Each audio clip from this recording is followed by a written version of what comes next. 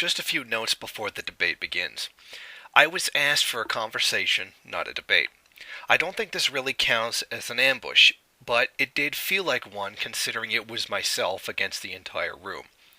I also like to point out how they never demonstrated their claim that the First World had a revolutionary potential. I cited the lack of revolution given historical events. They produced nothing to give cause to believe there was. Instead, I was treated with dismissal and insults. In actuality, they made the claim, albeit unknowingly, that the First World had more revolutionary potential than the Third World. They described their First World poverty as comparable to Third World poverty. Then they made the claim that it was harder for Third World people to do revolution due to imperialist military power. Such a claim is nonsense given the reality of the situation today. Much of this is a reflection of the self-pity that the global labor aristocracy carries with them. In the video, I informed them that I was recording the entire conversation at the end. However, I did offer them a chance to review it before I uploaded it, and I agreed to give them an unedited copy of it. However, upon further reflection of their conduct towards me, I decided to upload it without their permission regardless.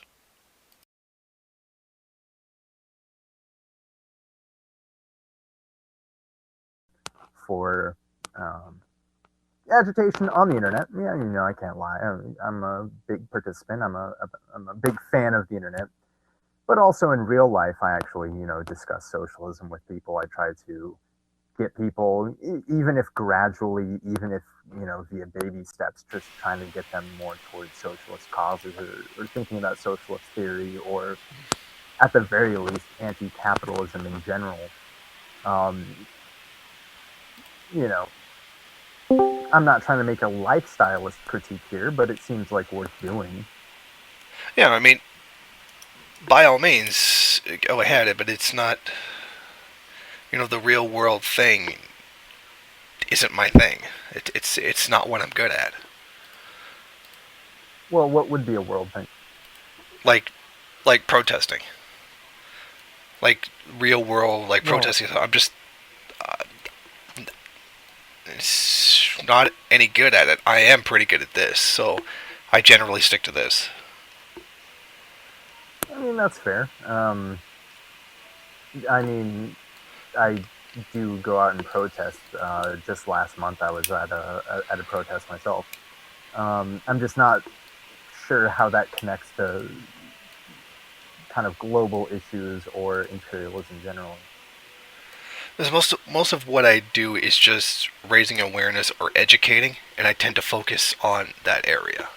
Because I do believe, as Mao said about, I probably could say about Lenin as well, that imperialism is the primary contradiction, and that's possibly the most important, the most viable thing to focus on in the first world is anti-war. Uh, it, to me, most of the LGBT struggle is already mainstream. The Democrat Party is already behind it, pushing legislation to protect LGBT people. I mean, it doesn't require the radical left to do it. That doesn't mean it's a bad thing. That doesn't mean anything's wrong. It just means you don't really need the radical section of society to do it when the mainstream is already doing it. Like even the struggle for a higher minimum wage, I don't push that at all because the Democrat Party is already doing it. So what do you push? I push the anti-war, or as more So, education concerning global class. sorry, give me 1 second, Jason. I'm getting a couple of things here. Let me just take a look. I'll be right back with you. Well, someone's asking me to invite them to your chat. Hashtag 0201, whatever that means. Oh, yeah, Tremble, please join in. Feel free. Um, Okay, well, I was just going to, first of all, in relation to the leadership of movements in the West, I suppose you could call it. Um, struggles for reforms more generally, whether they be in the form of LGBTQ, women's rights, whatever. There are struggles for reforms at this point in time. But the reason why you would not allow reformists to lead the struggle for reforms is that that is the sole route to the proletariat becoming revolutionary. Essentially, there is no chance whatsoever of revolution until the capability of capitalism to reform has been exhausted. There is no satisfactory resolution to the demands of a working class under capitalism.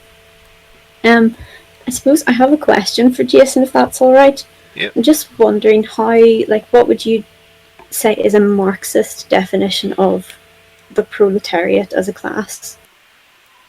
Yeah, I would actually use the definition someone who can exist solely by the selling of their own labor power, which is the same one that Marx used, and I think that doesn't apply to a lot of first world people, because you can survive off social assistance, or what we call social assistance. You call welfare. There's disability. There is a lot of people can live off of unemployment benefits.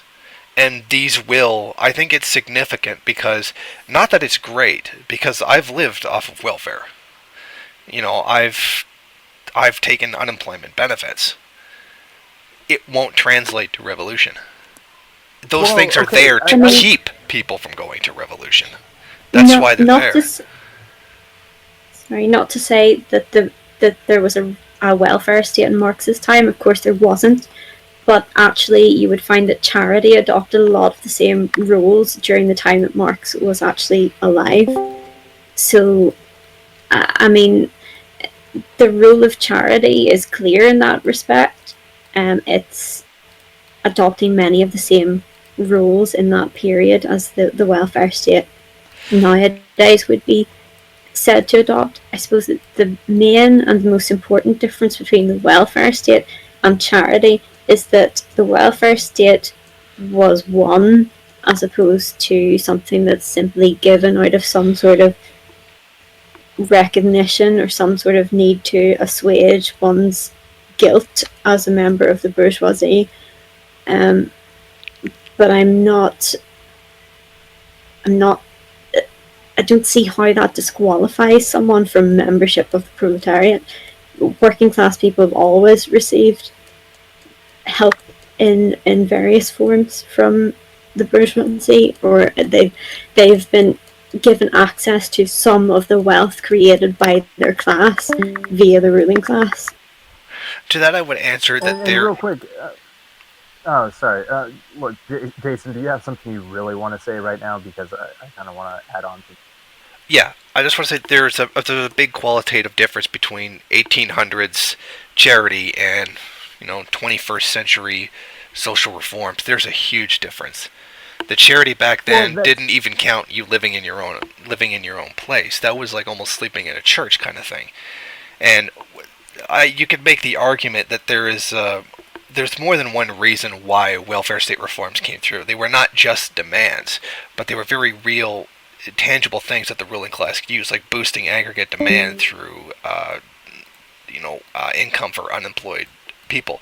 But I would say, despite the fact that it sucks being poor, whether that's first world poor or third world poor, it sucks both ways. I don't deny. I've been first world poor. It does not translate into a revolutionary potential. But revolutionary potential is not just this. Go ahead. Sorry, Campbell. I just really want to get this point in. I don't get how the specifics that you're bringing up, Jason, differentiate the proletariat within the first world and the third world. Yes, they might have more access to government benefits or transfer payments via the state, but that does not change their relation to production, which is what that definition is about in the first place. Yes, I would argue that it does change the definition. There's nothing to sell but their labor power, and they do have more than that. Even then, I would say it's not the same now as it was then, and that rigidly adhering to the definition would be incorrect given how things have changed. So if someone wants to argue that's not the original definition, no, I agree. It's not the original definition. But I would say things have changed, and that definition should change along with it. There is nothing that changes the fact that revolution has never happened in the advanced industrialized countries, which is what Marx predicted. Yeah. It has never happened. But international socialism has never developed out of isolated revolution in third world countries. So the whole spreading of revolution across Asia and Latin America during the 1960s and 70s didn't happen? Global socialism did not happen. Well, no, the end result of a struggle didn't happen. But the attempts to do that did. Of course they did, and of course they should be supported no matter where they start in the world. But the approach you're taking doesn't translate into socialism, which is I presume, the end goal of the ideology. I would say that's wrong. Well, on top of that, I'll answer that. That's wrong, because revolution is not going to happen in the advanced countries. It has never done that. It has always been the opposite. You have the revolution in the backwards countries. You have a pan-third worldist movement. You cut off the first world from its source of exploitation. The first world goes into crisis. They gain a class consciousness, and then they can have their own revolution. I mean, there was an attempted revolution in Germany, an attempted revolution in France. There was a revolution in Ireland. Where did that go? Of course, they were defeated. Of course, but revolutions are defeated all the time. Yeah. And where did the revolution potential in Germany go? It went right into fascism. I get to speak over you now. No, that's where you're wrong. Okay, that fascism didn't happen. Okay. No, this is where you get to be wrong. You keep talking about revolutionary potential, and then when that potential is realized and talked about, well, they failed, so therefore we can... No, that's not what I'm saying. I'm saying the potential was never there. Look at revolutions that happened. There never was a revolution in France. Within the one that I'm assuming you're referring to '68. These guys ran up, grabbed a modicum of power, and then they had no idea what to do, and then they just collapsed in on themselves. When crisis strikes advanced countries, France being the exception, they tend towards fascism. So it is the exception. So no, that's... It might sound like a slip-up, but that's the exception there. France is the exception, yes. But even then, it didn't go anywhere. Problem of this conversation. And it even goes back to how you redefine proletariat. Because the first world can't be revolutionary because they're not true proletarians, because... I would say that there's no significant. Like, there are very small pockets. Like, I would say Native Americans are, because some Native Americans... What's their role in production that makes them proletarian? Their actual, near third world level existence. But that's not the definition of proletarian. Yeah, and I'm arguing that the definition of proletariat is out of date. It's not just the status of being in poverty. No, it's material conditions. Yeah, but it's also your relation to the means of production, your role in production as a producer of capital. Then why has it been the peasant societies that have been the ones that have gone to revolution? Well, peasants aren't proletarians. Okay, so we have proletarian revolution, they're just not proletarians. There have been peasant revolutions. Yes. Of course, there have been peasant revolutions. But I'm talking about the definition of proletarian. Yeah, and I've already said I don't agree with the original definition of proletariat because it's out of date. All right, well, what's your expanded definition? My expanded definition is the people who have nothing but their labor power to sell. And this doesn't apply to the vast majority. This doesn't necessarily apply to a lot of first world people. Especially when you have, unemployment benefits and welfare. That's what they were designed to do. They were designed to keep people from going into revolution. That was the whole point of FDR's, second Bill of Rights. That's what he wanted, was to prevent that from happening. You can't just paint this as being designed by the ruling class. Oh, the ruling class doesn't have power in society? Of course they do, no, but these what? things were No, won. hold on. Fair enough. Whatever. We can accept that for now. But how does that make you not an accelerationist? I'm not arguing to accelerate things. I'm not saying go ahead and destroy the welfare state. I don't think that would actually work. Well, no, there's no proletariat in the first world because of the welfare state. So if we would like to have a revolutionary situation, we would want to have a proletariat. So therefore, we should abolish the welfare state. How does that make you not an accelerationist? Because I'm not advocating to directly destroy the welfare state. I'm saying go focus. I'm trying to answer your question. I say focus your resources on the third world, on the people in struggles that are trying to do revolution right now. Make them successful, and they will cut off imperialism from its source of exploitation. When that happens, if the West couldn't have India or China, just one of them, just lost one of them as their workshop of the world, the first world would collapse within a month. It would not be sustainable. And in that collapse, there would be a spontaneous class consciousness. Why would a brief market correction be unsustainable? Oh, I wouldn't call that a brief market correction. I would call that a total catastrophe. Imperialism doesn't happen just because some bourgeoisie want to make more money. They have to do it. Capital makes them have to do it.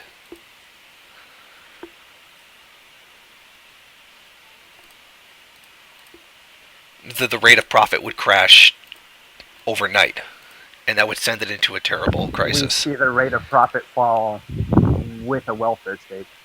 Yeah, not to this degree. Not to a massive degree. So then why are we not arguing for accelerationism? Because it won't work. You're asking first world people to go directly against their own interests, and it won't work. But if their interests had been changed in the event of all of this happening, then why doesn't that logic lead directly to accelerationism? Because I'm saying it because people won't do it. We know that creating revolution would be better, but the average person doesn't. And you're not going to get through them. You're not going to tell a guy who's got a $70,000 a year union construction job, 2 trucks, a house, and a pension. You're going to have give all that up right now, and trust me, it'll be a better world. That guy's not going to listen to you. There's no way he'll do it. That's not what we're talking about. No, if you're talking about being accelerationist, No, hold on here. There's a key bifurcation here. Because you want to make the point that, politically it's not expedient to be an accelerationist. It's not politically expedient to do so. But theoretically, yeah, if we went accelerationist, all of this would happen. The third world would rise up and blah, blah, blah, blah, blah. Any number of bullshit. You are making that bifurcation. You're just not admitting to it. No, because I don't think it's possible to get people to do accelerationism. If it worked, then that's the political bifurcation I'm talking about. Okay. So. If I thought if it would work, if accelerationism did work, then I would argue for it, but I don't believe that it does.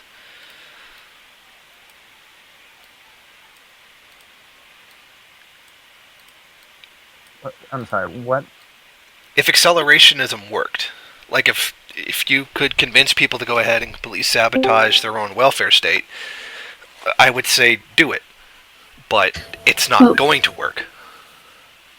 But we're talking about a situation where the welfare state, how could the welfare state continue to exist in the event that you're describing, where the third world rises up, cuts off all the avenues of imperialism?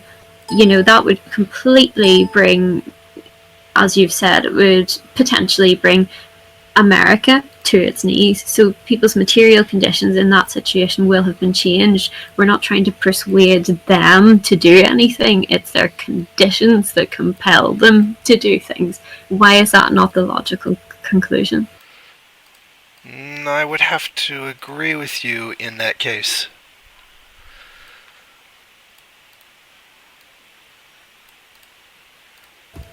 In other words, accelerationism is viable. Okay, so you're basically just going to.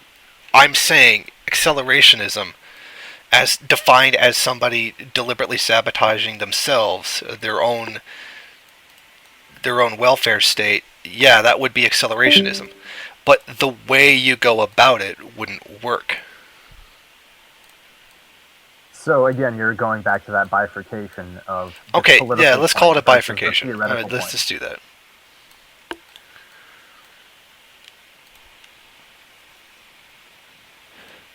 Okay, let's call it that. I don't see a point in trying to sabotage it domestically because it won't work. And why won't it work? You're not going to get people to vote to destroy their own unemployment programs. So politically, you could not sell accelerationism, but on a theoretical level, I suppose that on would work. if I was to consider something that I don't think to be possible, yeah. It's like a thought experiment. Like who does it really matter? If you want to define it that way, go ahead. You're not going to be able to go to first world people and tell them sabotage everything that you have that's good. It's not going to work. Oh no! Believe me when I say I think your political position is nonsense to begin with. I'm trying to make sense of where you're coming from with it.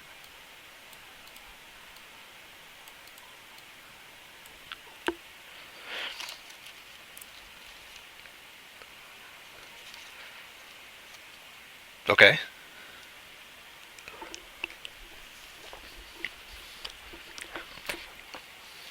I don't think it's any secret that the first world lives off the suffering of the third world. There is a tremendous value transfer between the two. What kind of bag are you crushing up there? What kind of bag are you crushing Yeah, up sorry, just a sandwich.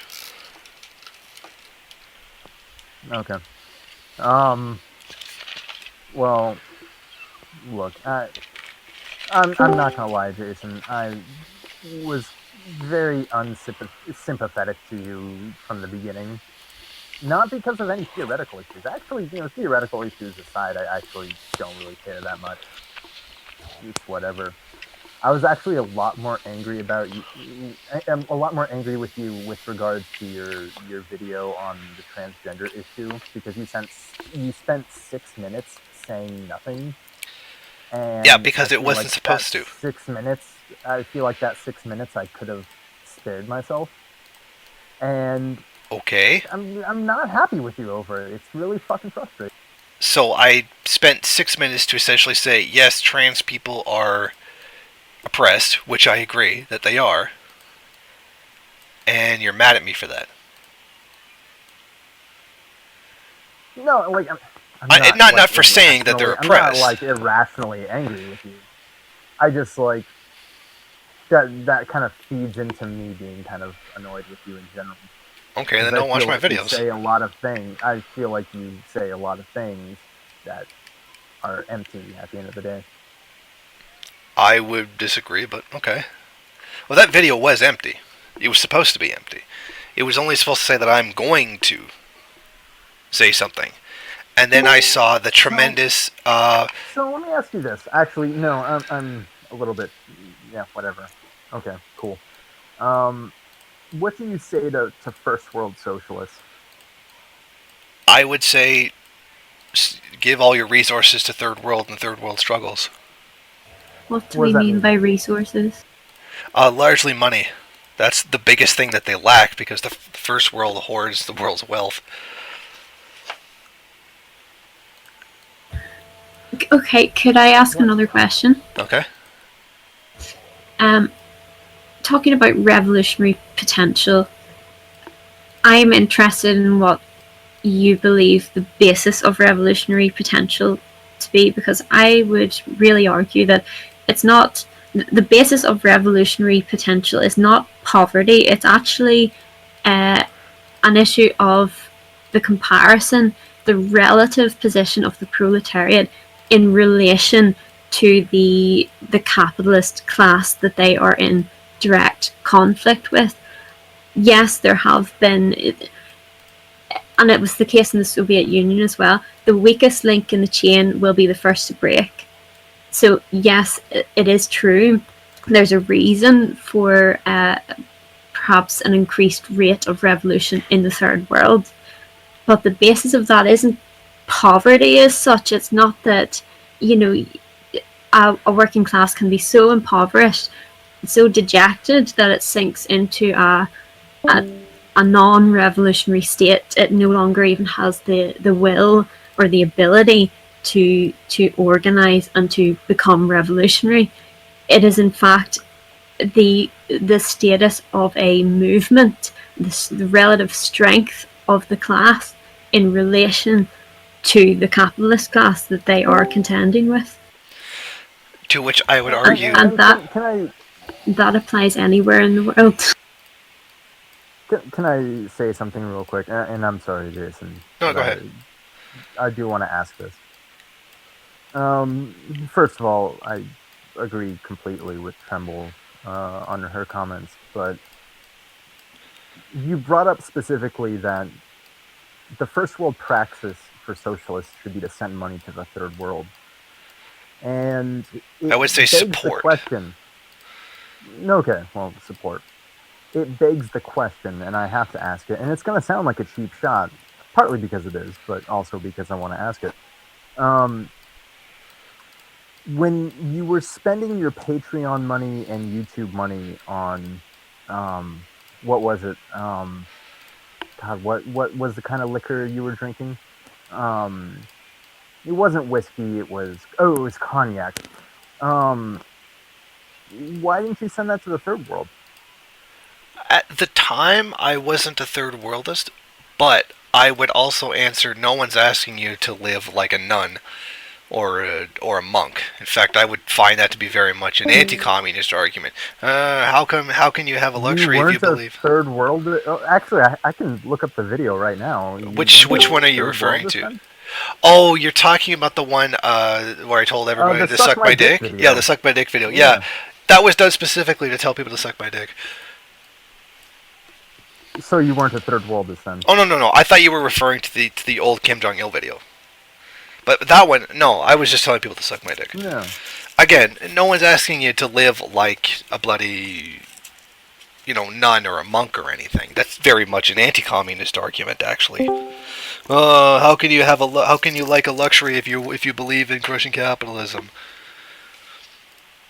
Well, it's not so much. Oh, hi! I just joined. Hi. I kind of just halfway through this.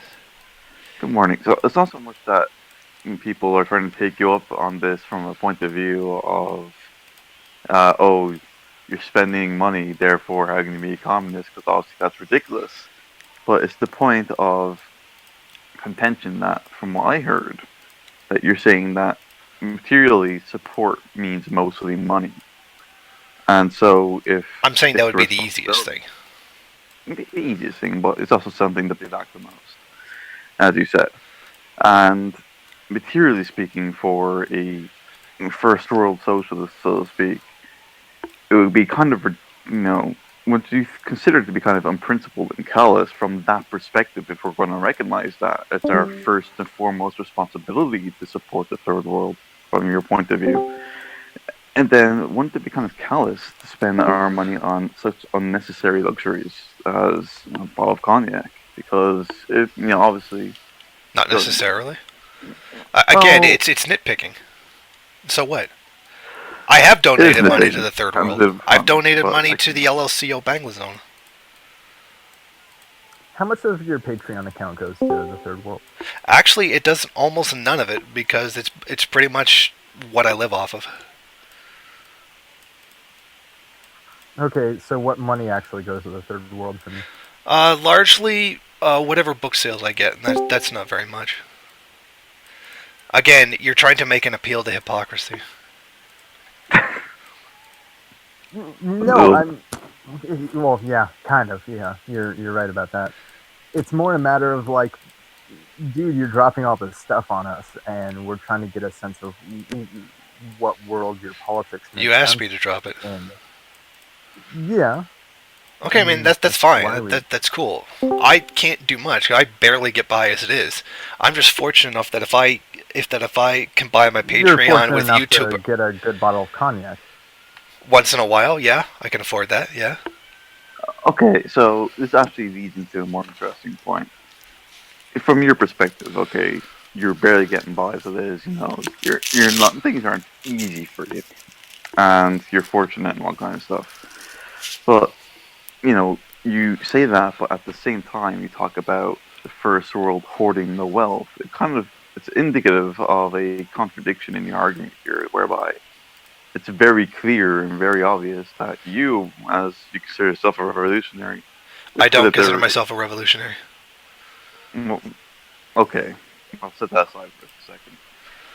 It's very indicative that you yourself, as a Marxist of some sort, from your point of view, sees you've drawn radical conclusions.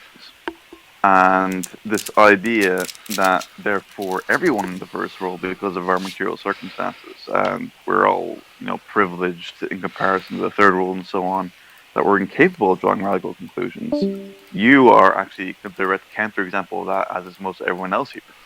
So it's kind of, and you pointed to your material difficulties that you do just get by. And there are millions, tens of millions of first world workers, so to speak, which are struggling just to get by as it is. Why is it to you that those people are so incapable of being revolutionary? Just because of their status of having been born and living in the first world. Well, first I would argue that being first world poor and third world poor are astronomically different. And then I would also say it doesn't translate to revolutionary potential because they don't do it. They literally don't. Except when there's exceptions. There's very minor exceptions on huge levels of crisis. I would agree. That's what it's going to take. Severe crisis. But that's the thing is like, oh, hey, there's these exceptions, but they're super severe sections of crises. So therefore, they're theoretically something we shouldn't think about. Therefore, we should send all our money to the third world, except when I want to buy some cognac. Again, it just feels super disingenuous. Again, I can think of two counter examples. Okay, in the past 50 years, I got May 1968 in France, and you've also got the Carnation Revolution in Portugal, both which were influenced almost exclusively by left-wing ideas and socialist ideas. So, to which this idea that people, of course, they weren't successful socialist revolutions because they had various reasons to fail, but that's also, you got various socialist uprisings. You got various socialist uprisings and revolutions in the third world, which are also failures, and therefore, can't use that as the reason why first world is not revolutionary. Of course, I'll let you answer in a second, but I'm just saying that's a very clear example of, first world workers just don't do it. They do the conditions just need to be there. To which I would answer, Portugal is actually second world, meaning it's a continuum between the first and the third world. And that would be a little bit more complicated.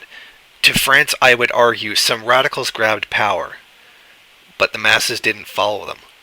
So they didn't go with them. How does this not collapse into whataboutism? Like it feels like that's what this is. It's whataboutism. Yeah. Well, Portugal, what if there was? Well, what about Portugal? Well, Portugal was second world. They don't necessarily. No, it depends on the level. Greece is a second world country. They're quickly approaching third world level poverty. Like I would define them as second world. Show me where there has been a successful revolution in an advanced industrialized state. Tell me where there's been a successful revolution in the past 50 years in the third world. Oh, so you're just going to move the line just so that China can't be involved. I could also name Cuba. No, I'm not. It hasn't happened. Nothing changes. That go back and make it 300 years, and it's still not going to count. If we're going to go back, if we're going to use this for forever, then. Okay. With no time restrictions, show me the advanced industrialized nation that went into revolution. Germany. No, it didn't. It went into fascism. In 1918, it went into fascism. There was no. No, sorry. That's not a revolution. No, I'm this sorry, is when did the basically. communists take over?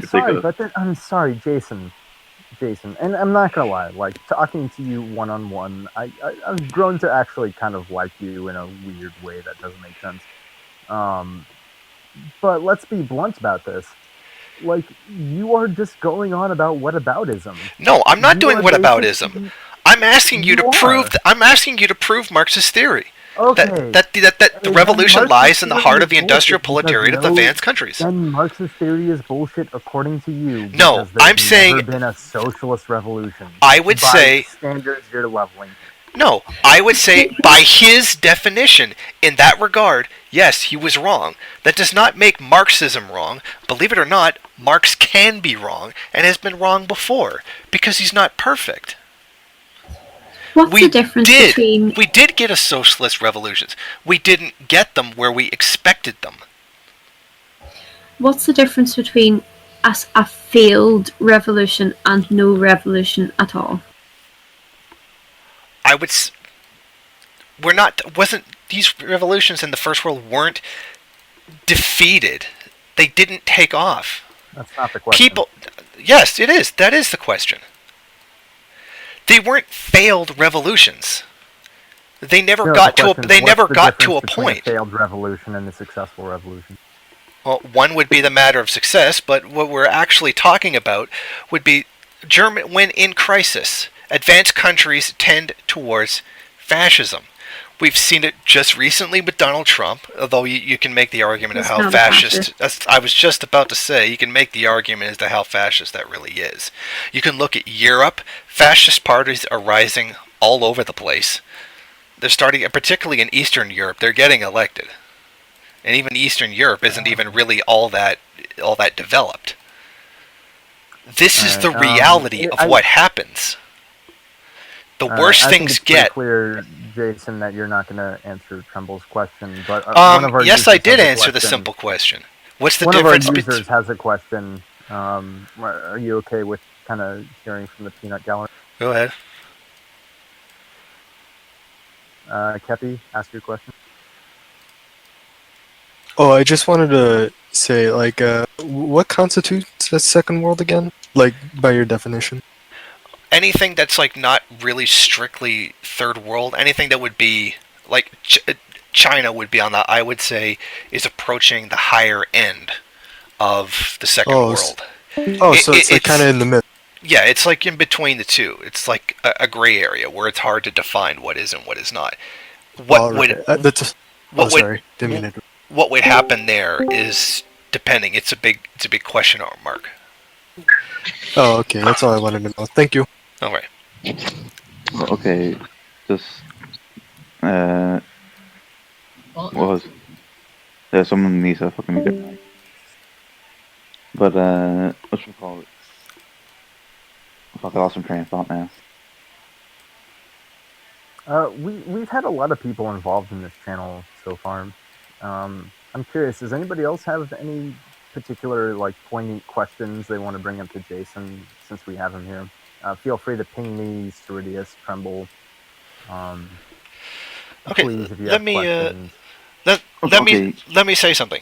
If you truly believe the revolution is possible in the first world, and that there really is a revolutionary potential in, say, even the United States, go do it. Go prove me wrong.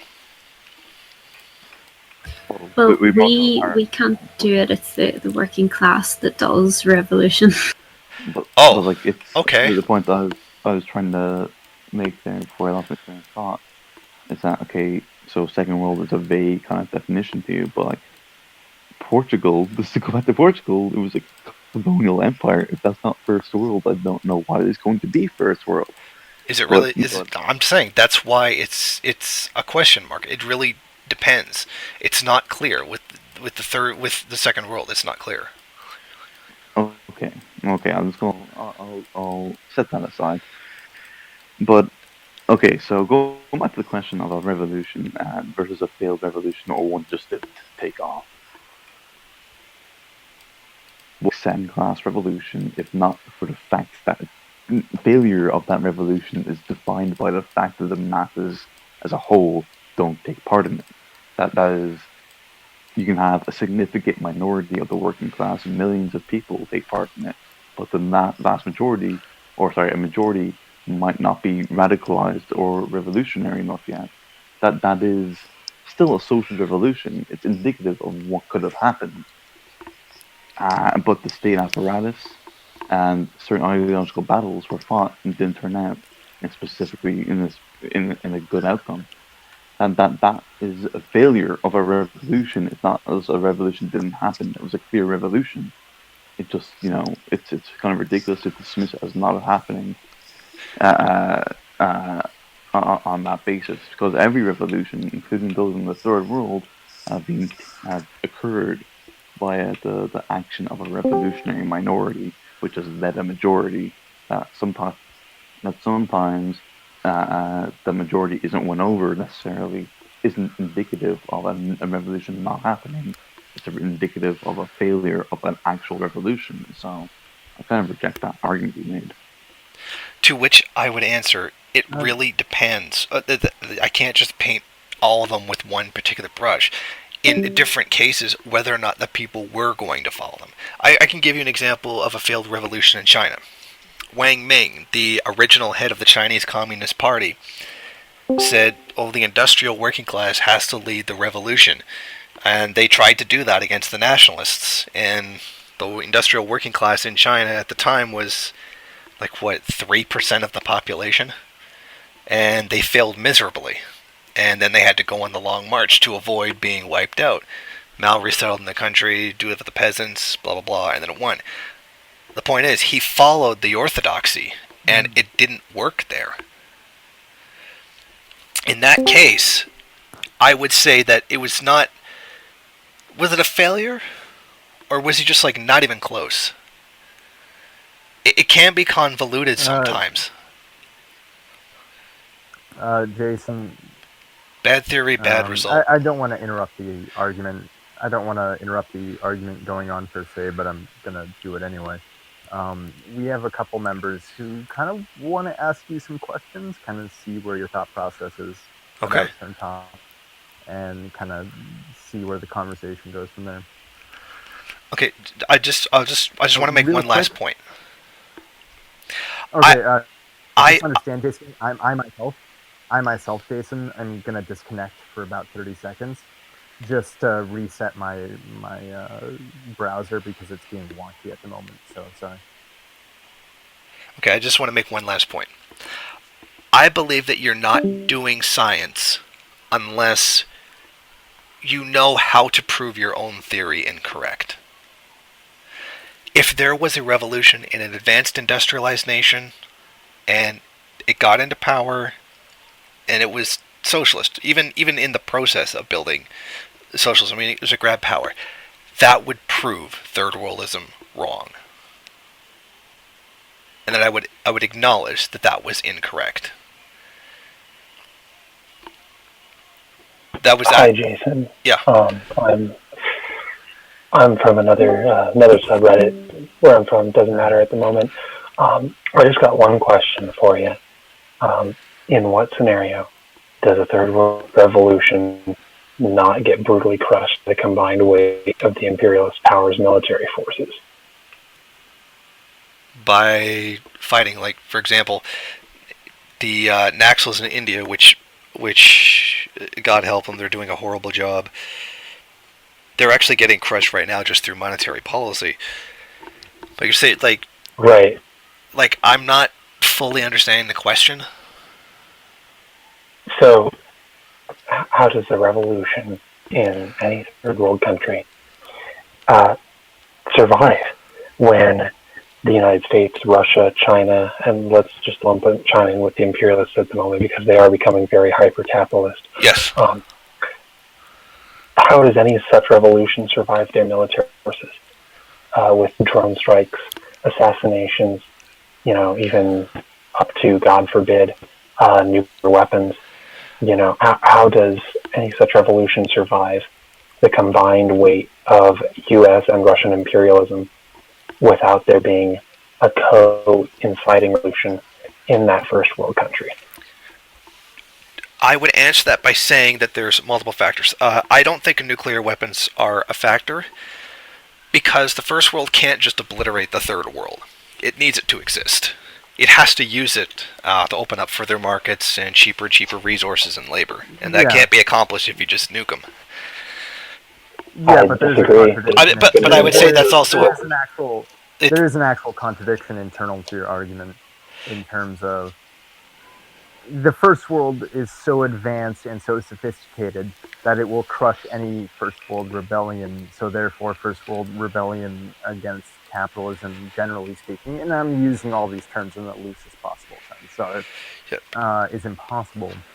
But there's the third world, which can still do these things, but it's still under the heel of the first world. So why wouldn't it be crushed under the same forces as the first world would be? To say that it is harder to carry these out in the third world just because it's farther away, but that's only a small piece of it. The Chinese Revolution was still able to happen even by occupation with Japan. And yes, occupation from Japan is very different from an occupation by the US now. I would still say that there are things like terrain considerations, and I would also say that the real existence of the proletariat now isn't really the countryside, but the slums that are growing up all over the place. If you were to just attack indiscriminately in slums and just come in and massacre a bunch of people because you didn't know exactly who the revolutionaries were and who wasn't them, you would end up making such a tremendous force against yourself that you just couldn't win. Like they can't just kill the entire population. It's just not possible. But the US alone does spend $600 billion in military expenditure every year. How could you envisage that would not be used to put down any attempted revolution in the third world? I'm not saying that it couldn't be used. I'm saying that if it killed a lot of innocent people, it would turn an entire population against it. And you can't kill everyone. So it's just not possible. possible. It doesn't necessarily need to kill everyone to suppress the revolution, though. No, I'm saying that I'm saying in the context that if you did, you would essentially have to, in order to get at them, given the population density of where people live now in slums. Okay. That would be an inevitable result. Okay. Look at Nicaragua. Everyone, Nicaragua was peasant. This is all great. I think we can all agree, everyone who isn't Jason, I think we can all agree that Jason's answer is nonsense. Okay, but we can move on because we do actually have a handful of questions from other moderators and other people who kind of want to get your feelings about things. And okay, I kind of want prove to me move wrong. on to those. I want you to pick up a gun, step outside your house right now, and shoot at the government. Show me the first world can go into revolution. That's not your fundamental problem. Oh, okay, so you just can't actually prove that my position is wrong. No, but shooting at the government doesn't prove anything. Your fundamental problem. That shows your fundamental problem with your conception of revolution is not just going out there and picking up a gun and shooting at someone. It's a social revolution, not just a rebellion, an armed conflict. It's a social revolution where the masses enter the political field and take it over for themselves. It's not picking up a gun and going out there and being a one-man army. That's ridiculous. No, I'm not really advocating someone to be a one-man army. I'm saying if you say it's possible, do it. Do it. Prove me wrong. Prove me wrong. Do it. Anyway, can our other members / moderators ask their questions now? Yeah. Is that okay, Jason? Yeah, I'm saying. Go ahead, prove me wrong. Well, go and drag the masses away from Donald Trump. Okay, let's just get another question. So you mentioned before that you want an alternative revolution to kind of the armed struggle. Well, there has been a growing popularity in social circles of the idea of worker co-ops becoming more widespread to replace capitalist institutions in first world countries. And this will help build socialism in the United States and UK and other first world countries as an alternative to armed uprising. So what are your feelings on this? Because I think the workers in first world countries don't have power over their job. So if we come up with the angle that, you can become part of a co-op and gain power over your job. That is in their best interest and can help to replace the imperialist institutions with worker co-ops might be more effective. What are your thoughts? I would agree that on the surface, that's true. I mean, it is better to work as a co-op than it is for a capitalist institution. There's no doubt about that. It'd be far less exploitative. I would argue that it would still be exploitative to some degree because you would have to exploit yourself in a manner of speaking. Not strictly speaking, but in a way of looking at it. I would say in the end, it doesn't challenge the market. Because you're still going to lose to the larger capitalist institutions. You could cite a few examples of people that can been able to hold out against it. But again, you'll eventually lose to Walmart because Walmart has enough market power that it'll crush you. And that's assuming that the state doesn't come along and make worker co-ops illegal for some justification or another. It's a nice alternative to being employed, definitely. I think the point to make worker co-op successful, though, is that we make Walmart literally into the co-op, and we have the state. We kind of gain enough power into the state where the state, instead of saying, we're going to support small businesses with all these tax cuts and so on and so on, instead of supporting small businesses, they support worker co-ops, and that's something that we need to push for, instead of just saying, we should send money to the third world. We should also push for programs to help worker co-ops and get those really big. I would agree. I would agree initially, but I don't see how you're going to wield more power over the government than Wall Street is. I'll say this much, Jason, and I'll say this to you as well, Zen. I appreciate your question, but I do feel like this is a pretty standard topic.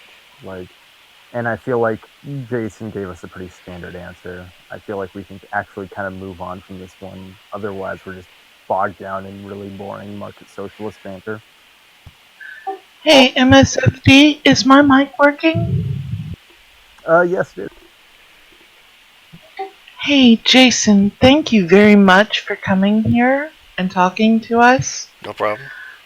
I would take up a gun against the government if I was not alone, but I can't afford one because I had to buy my husband's medication because he's dying at 40 years old because he couldn't afford his blood pressure medicine and won't live to see our daughter grow up.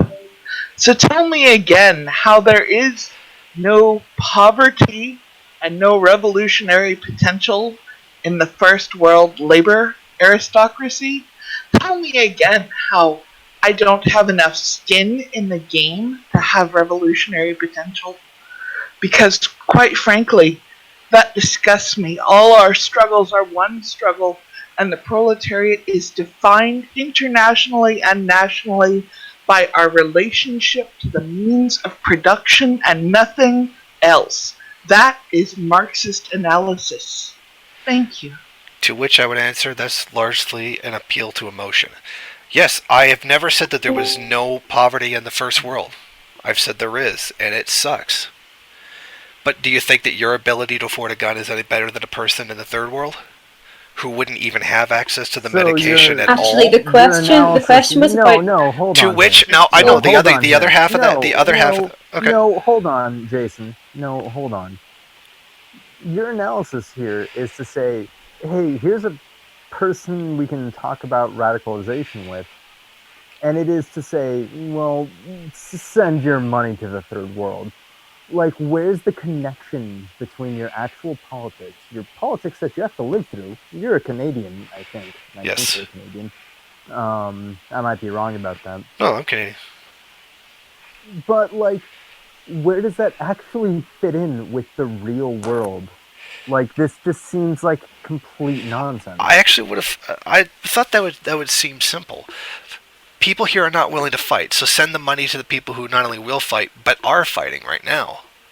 But you've just had an example of someone of a And first I world worker answered who has that. explained to you. No, you said it was an appeal to emotion. And You then I did said not more answer after. the, Yes, I did answer that. I answered you it didn't after that. answer No, you the Yes, I did. No, the you issue did not. with Yes, I revolutionary did. potential. I just answered it right after. I said yes. She was And making then you largely. went on to Can say I that repeat people myself won't so that I can fight. answer that again?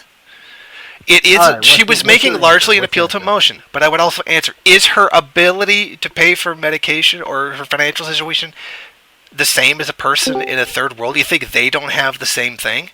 If we follow that same, it's like, so Of what? course, there are people in the And third I world in the same position. never said there was no poverty in the first world.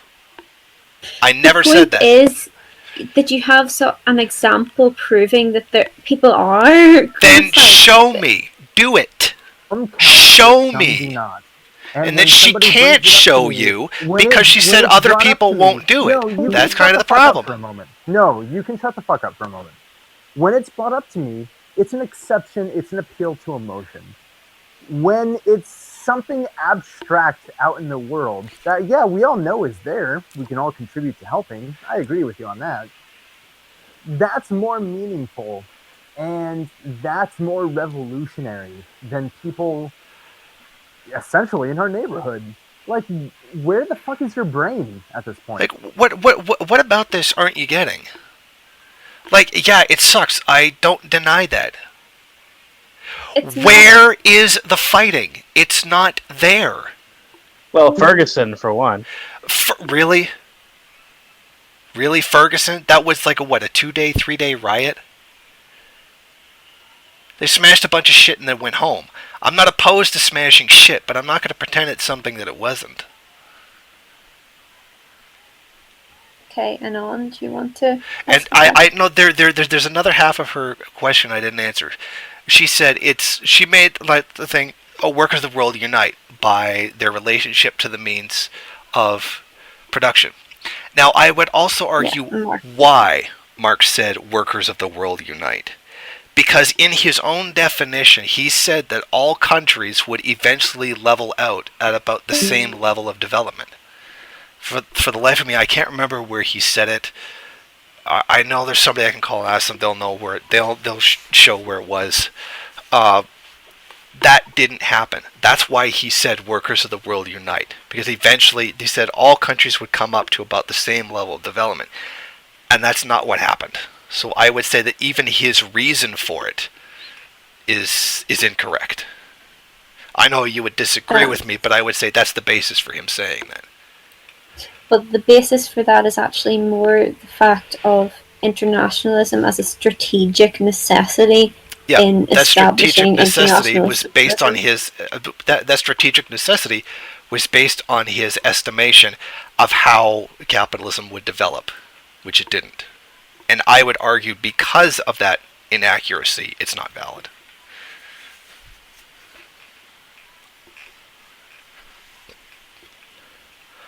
I'm saying particular parts of the theory did not pan out the way that he thought they would, and that because they didn't, they need to be changed accordingly. So it's not beneficial then, if it wouldn't be beneficial, for example, in a situation where there was a revolution in the third world, for a corresponding movement in the first world, it wouldn't be beneficial to that third world movement I'm not for saying that. workers in the first world to actually be in solidarity with them. It would be. There's no basis to No, there's I'm no not saying basis that. to international solidarity. I'm saying that would it be a good thing? Yes. Will it actually happen? No. They could say that all they want. They could say, we support you, we back you, but in the end, is it going to materialize into anything? It's about undermining the imperial power from within. Will the first world workers do it? No, they won't. Would it help? Yes, but will they do it? No. Is it? There's a lot of things that say that would work, or that would help, but would they actually happen? You still haven't provided a justification for that. What do you mean? No, show me where that happens.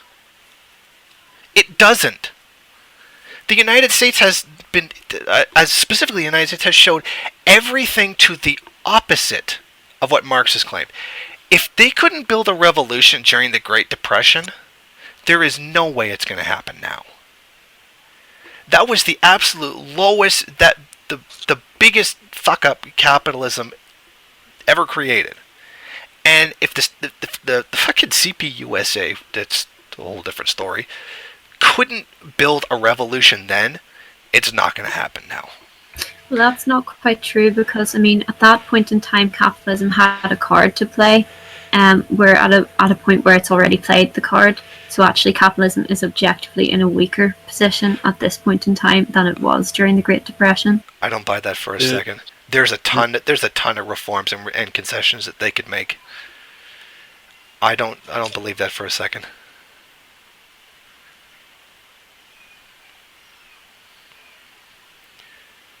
There's a whole ton of... The United States is the richest country in the world. It could have a welfare state that they could afford to have a welfare state that would blow Western Europe away. But they for obvious reasons, the ruling class doesn't want it, etc. It could. There's a ton of concessions that could still be made. And every time there has been an uprising, there has always been concessions to stop it.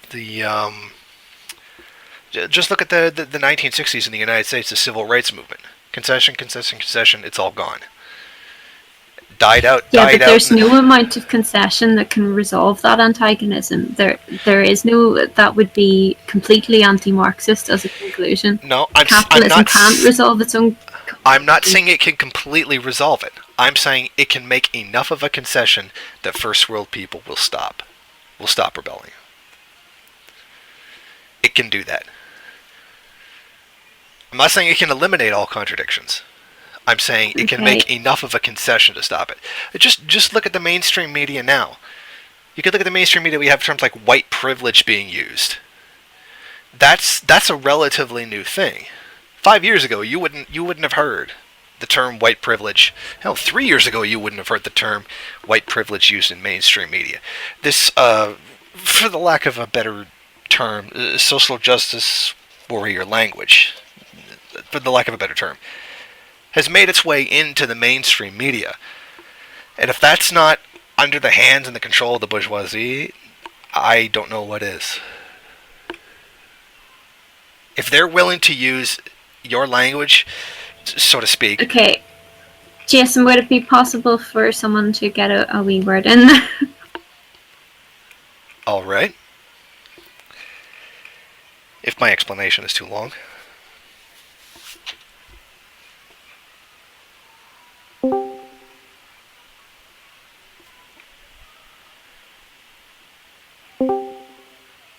Go ahead.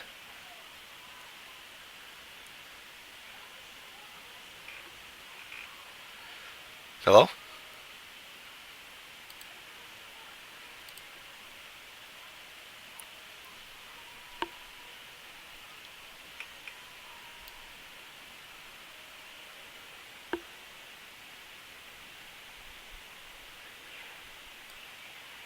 Hello?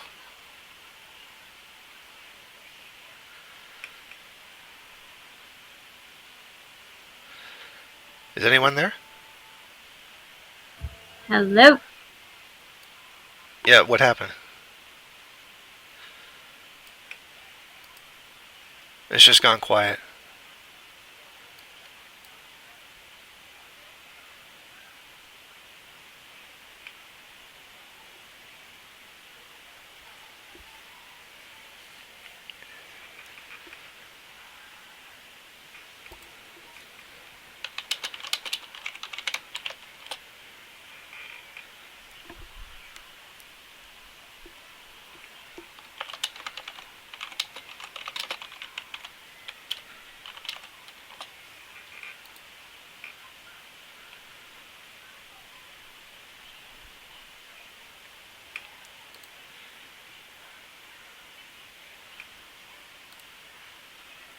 Yeah.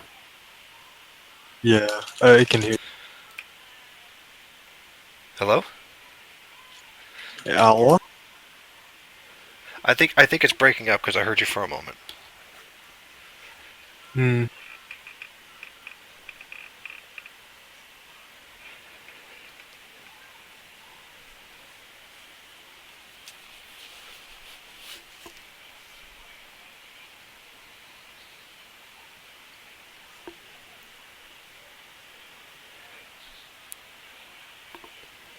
it might be an idea to disconnect and reconnect. Okay. Okay, I'll just refresh the window.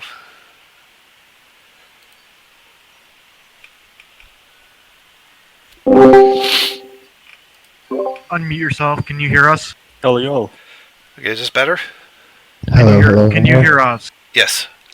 Okay. Okay. Moderately, you can start again. Alright, so I'm just going to repeat what I said. It's alright. Alright, so, let's see. You had a video titled, I'm going to make Pol Pot look like Gandhi, and I was just curious as to what your feelings on the Khmer Rouge are. Oh, that was an edited meme apparently. However, I am curious as to your feelings, as a third worldist, what your feelings on Pol Pot are and the Khmer Rouge as a whole. Well, my opinion largely is that the Khmer Rouge were complete opportunists. At different points in time, they claimed to be different things. Like, they didn't claim themselves to be Maoists until after Mao was dead, and that was only to appeal to China for aid.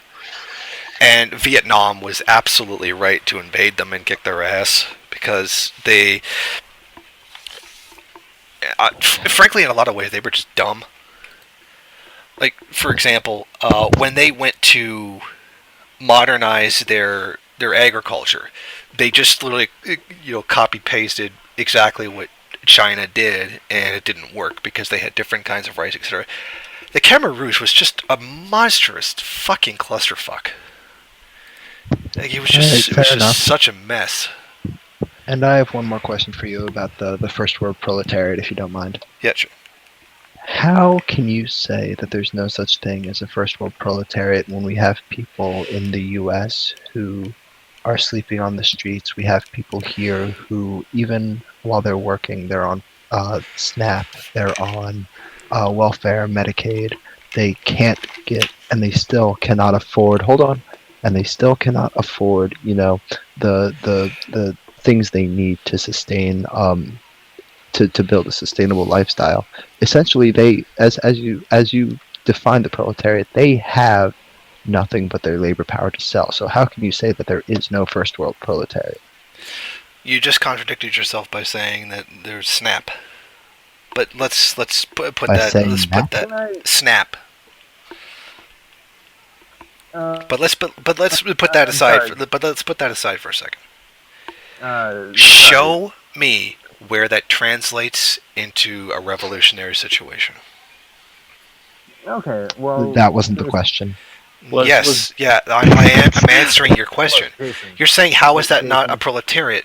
That's fine. And I would say that is not a proletariat because it does not translate into a potentially revolutionary group of people. If you insist that it is, show me where it is. Show me where the rebellion is. So it's not just then the definition of proletariat isn't just someone who has nothing but their labor power to sell. The condition is that they must also be revolutionary, which I would describe as the revolutionary proletariat, which is, the proletariat doesn't have to be revolutionary in any given time. Okay, show me where the potential is. It's conceptually tautological. Like, Jason's point is often La La Land, but whatever. Oh, okay. So resort to insults. Okay. But I do have a question for you, Jason, and I'm sorry. I'm trying to kind of mediate a conversation between us specifically, but also our entire community. I've been getting a lot of PMs for questions to ask you from people who don't necessarily have microphones or cannot ask you themselves. But there was a big question. I'm sorry, are you still there? Yeah.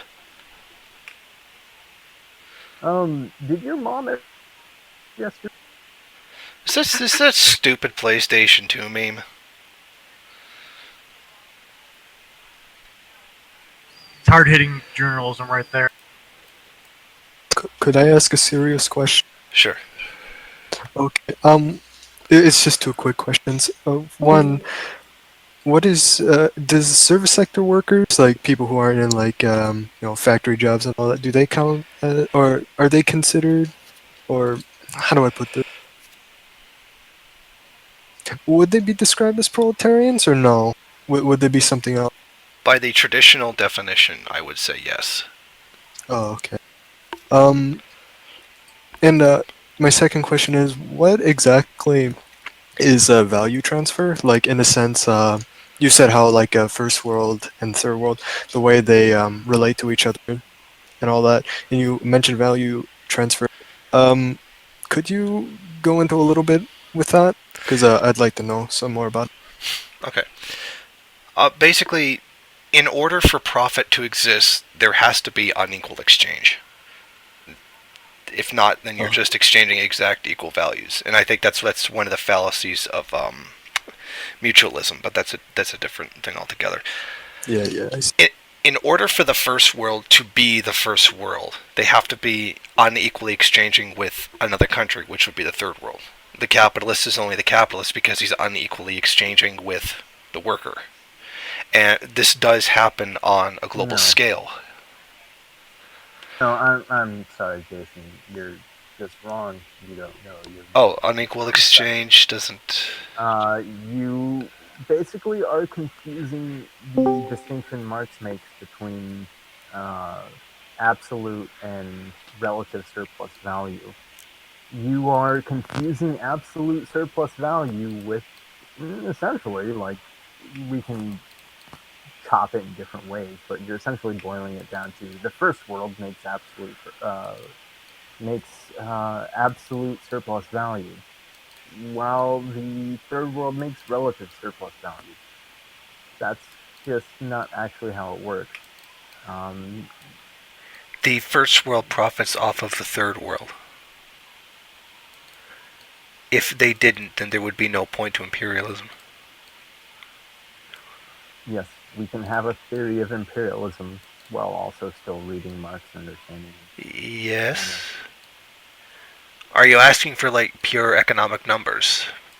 Because I can't give you that offhand because I don't have it on... No, I know you can't. I know you can't. No, I can actually give you some LLCO articles that do. No, okay, go for it. I would love to see them. Yeah, Monkey Smashes Heaven Volume 1 and 2 go over that. I have another question. You okay with that, Jason? Yeah. We have to ask another question. Hello. And I was wondering this because, basically a lot of third worldist organizations. Did someone's microphone cut off? Oh, sorry. Can you hear me? We can hear you. All right. Sorry about that. I was wondering if a lot of third world organizations like RAIM, I believe, is against transphobia and things like that. I was wondering, what's your opinions on these types of organizations? You really want the backstory between me and Raim? I mean, I didn't know you had a backstory, but sure, why yeah, not? there's a very long backstory there. Buckle the fuck up, because you're in for a treat. Summarize it in a paragraph. RAIM was formulated out of a guy who was kicked out of the LLCO for wrecking activity. That guy went and collected up a bunch of people who used to be a bunch of friends of mine. Then they turned into a bunch of completely batshit insane people who decided that I was the ultimate fucking devil, aside from the fact that they literally knew me. The leader the guy named Nick Brown, that's not his real name, ended up quitting RAIM because he graduated from college and said, and I quote, "I just want to live a normal life now." He now works for a television station in Vietnam. Thank you. You mostly put that together in a paragraph. Thank you. Oh god, the shit I could tell you about those fucking people. In on Socialist, you had a question? Yeah, so a group of people that seem to kind of mirror your enthusiasm for revolution seem to be the left communists. especially Bordagists, who believe that any type of organization of the worker, especially in the first world, is unnecessary because revolution is going to come about by the proletariat, whether there is organization or not. So for all intents and purposes, they're farming out the revolution to other organizations, other groups of people other than themselves, in order to maintain their comfortable lifestyle, in order to maintain this very much holier-than-thou ivory tower pseudo-Marxism.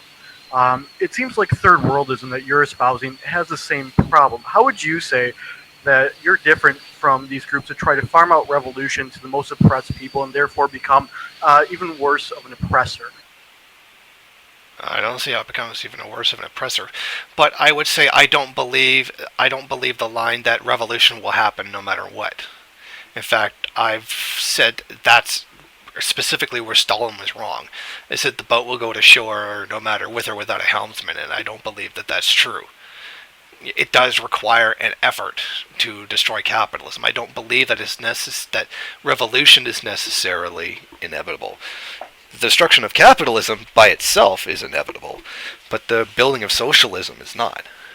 I'm arguing to send all material resources to those who are actively trying to fight, and in my view, the First World doesn't fight in any significant way, thus it was not an efficient use of resources to give to them. And as for the far left, yeah, infantile disorder and blah blah blah. The question is how are you not oppressing these people by trying to farm out the revolution to them instead of trying to form revolutionary organizations within the first world? It seems like you're oppressing them by forcing the revolution upon them instead of taking it upon yourself. You're taking the most oppressed people, the poor. Okay, I'll answer that. I'm not farming it out to them. They're the ones who are going to be the ones to do it. First world people are not going to do it. That's just farming it out. No, it's not farming. Because there's no way for me to make first world people do it. There's nothing that I can do to force it to happen. So you're gonna make oppressed people do it. That's kind of where revolution comes from, yeah. I'm not gonna force them to do it. I can't force them to do anything. All right. The potential is not here. The potential is there. Yeah, whatever, Jason. You know what? No, you're just saying it like, oh, I'm just too lazy to do it, therefore make them do it. That's the argument you're trying to make. That's essentially what you're claiming. It's actually not lazy. It's more just wanting to be a comfortable white guy who doesn't want to actually put the effort into building working class consciousness. Because there is no potential there. I love this thing that people throw at third worldism like it's my fault. There's no revolution potential in the first world. If there really was, would my support or not make a difference? Okay, now you're resorting to a personal attack. Now you're going ad hominem. No, you're not listening. You're not listening to the fact that there is no potential in the first world. If there was a potential in the first world, then it wouldn't matter whether or not I do it. Oh, we're being held back because people like Jason Unruhe. Can I just point out a quick contradiction in what you just said? Go ahead. This is a good contradiction right here. You said that you don't believe Stalin's without Helmism or without the helmsman will reach socialism. Go ahead, MSFD. Look, we have one from our let's get it out of the way. 1 second. MSFD, can I just point out this contradiction in his thought process? It's a pretty massive one. It's not, go for it, but it's not going to mean anything. It's Jason. So, Jason, you said you don't believe Stalin when he says that socialism is going to happen with or without a helmsman, so to speak. The ship's going to run aground no matter who's directing it, and that ground is socialism. But then you say that you don't believe in that fatalism. Then you go into this fatalist argument that no matter what you do, the first world can't ever be revolutionary. So are you or are you not a fatalist? Because that's two different things. It's fatalism. No, absolutely not. And I'll explain that. I'll explain why it's different. Stalin said the revolution will happen no matter what. Like it'll just build itself. And you said no matter what, the revolution will happen in the first world. You're taking the same type of attitude. Won't happen in the first world. Yeah, you're taking the same fatalistic attitude. No, because there's a difference between something that won't build itself and something that is claiming that it will build by itself. That's just special pleading. No. All right. There's a difference between something claiming that something can't be built and claiming something will build itself. That's two different Yeah, things. we know, Jason. We know, Jason. No one here believes you. Oh, But you're one of our just moderators- dismissing it. One of our moderators had a question for you, and I'm going to quote them verbatim. Can you ask him if supporting Trump due to his supposed isolationism is good anti-imperialist policy? I don't think it is, because I don't think he's isolationist. In fact, he's pretty much proven to be full of shit on that one anyway. Why do you say that?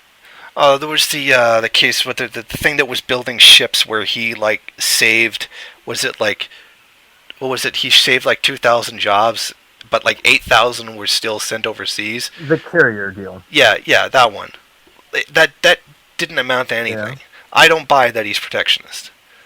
I think that's just some lofty shit that he said to get elected. I don't believe that Trump's going to help in any way. No, that's fair enough, Jason. It's look. I'll say this much. I am genuinely glad I got a chance to talk to you. I do think you're full of shit, but whatever. I thought it was. Oh yeah, I find that you're full of shit. Considering you just dismiss everything I say and won't answer. Finally, prove me wrong. Prove me wrong. We just had some left unity. Let's just have that moment. Everyone believes everyone else is full of shit. Left unity happened. Let's just deal with it. And I await the day when you prove me wrong. Fair enough. When you were gone, when you were resetting. Look. No, I'll answer this. When you were gone resetting your thing, I don't know if you heard me or not. I said, I believe that you're not doing science unless there is something that can prove you wrong. If you can't think of a way to prove your theory wrong, you're not doing science. And I will say, produce a revolution in the advanced industrialized nations, and that would prove third worldism wrong. You don't even have to get all the way to socialism. Have the revolution, take state power, and even just like begin to build revolution. Prove me wrong. Jason, I do have a question for you. Okay. Look, I think a lot of interesting stuff has been said. We've talked about a lot of things that, like, look, people dismiss, they throw under the rug. And look, I get angled, they're a little bit, dismissive or anything like that. But I think a lot of good stuff has been talked about.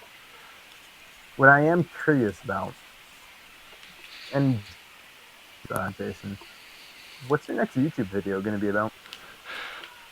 Okay, let me check. I'll just go right to the actual list.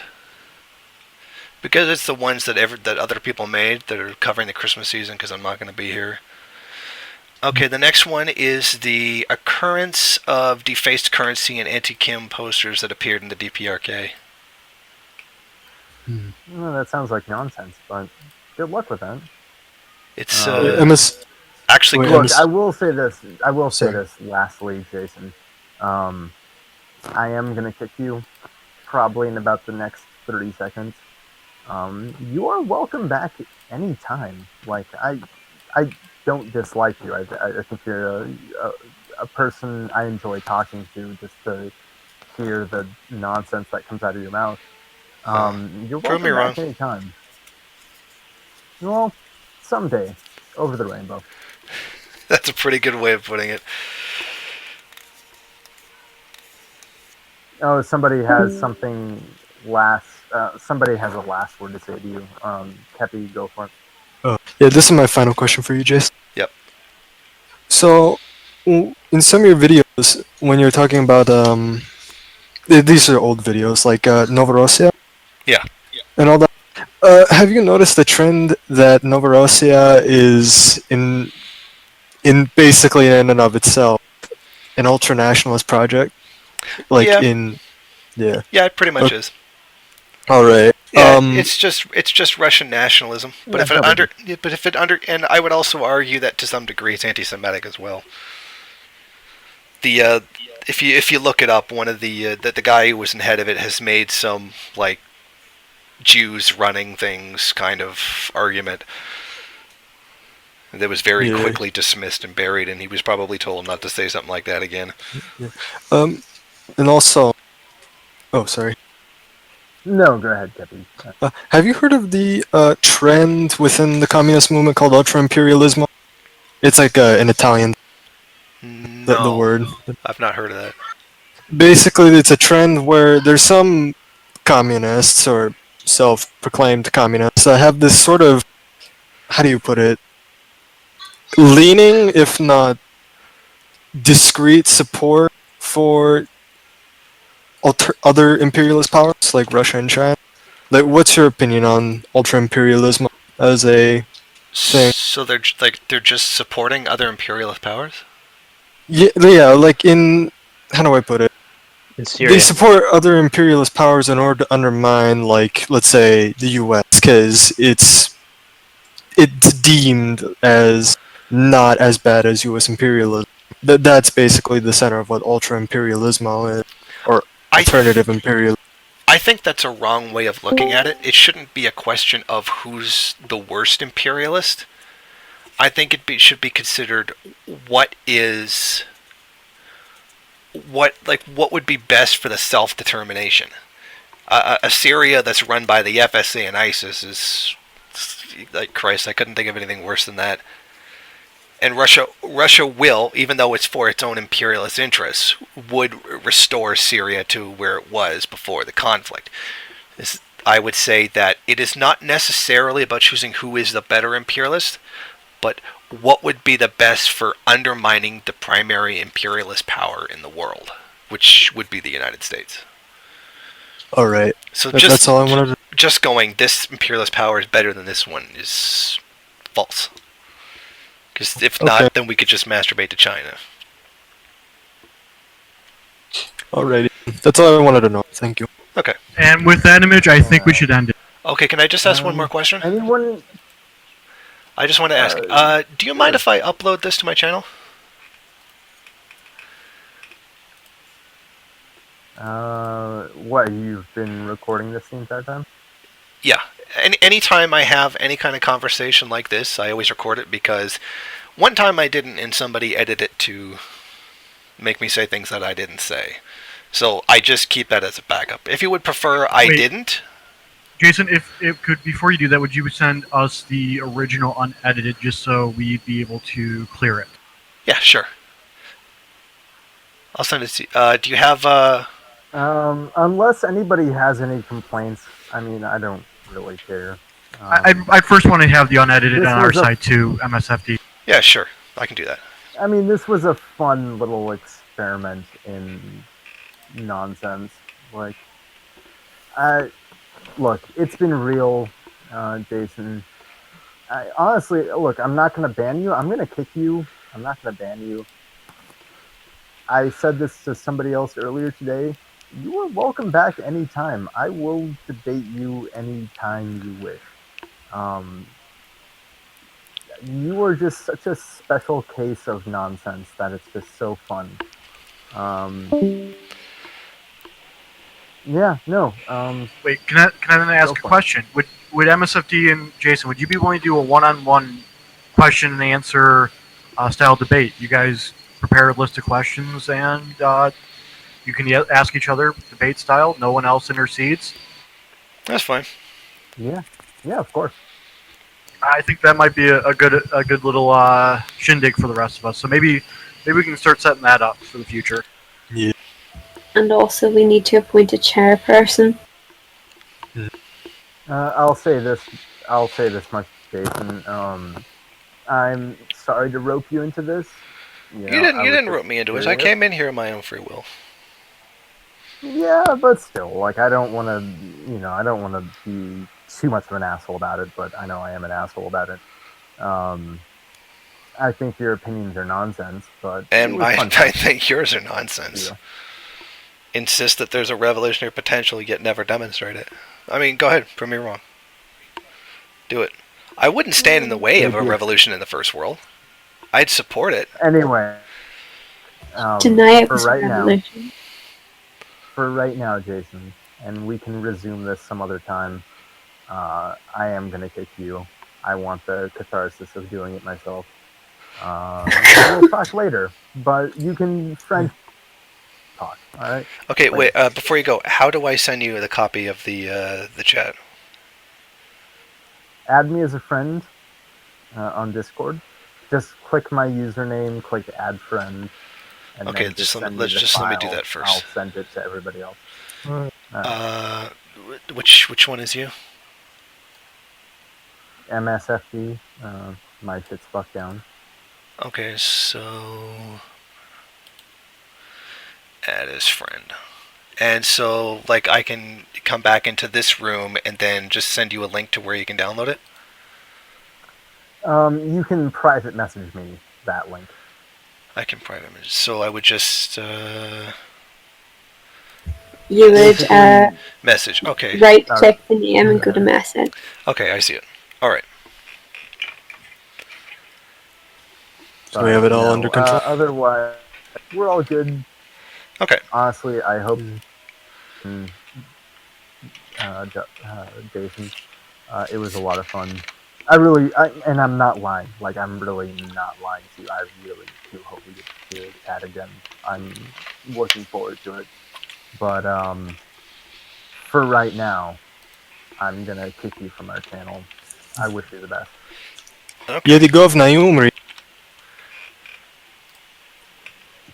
Uphold Senkyuka thought.